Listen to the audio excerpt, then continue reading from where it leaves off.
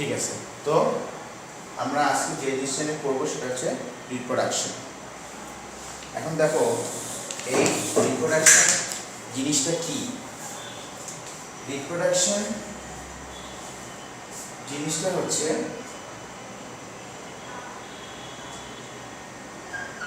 continuation of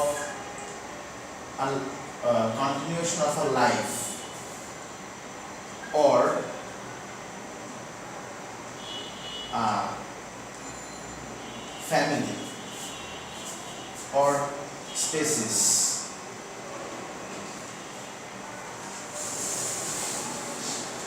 by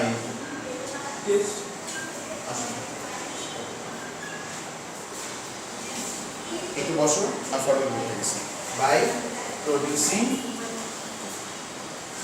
new offsprings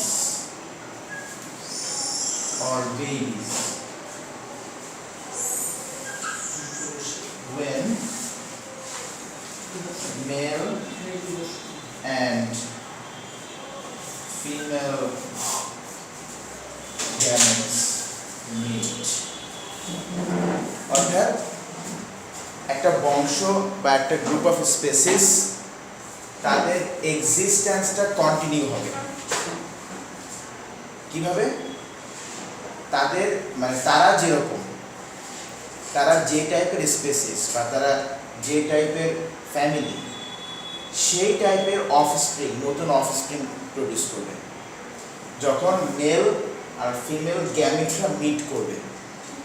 gamete বলতে আমরা কি বোঝাচ্ছি? Reproductive sales. গ্যামেট বলতে আমরা কি বোঝাই? Reproductive cells. আচ্ছা, তো এই যে ঘটনাটা ঘটছে এটাকে আমরা বলছি রিপ্রোডাকশন। যেমন হিউম্যানস প্রডিউস বেবিস, তাই না? ওই যে বেবিটা হয় ওটা তো মানুষই হয়, ওটা তো গরু ছাগল হয় না।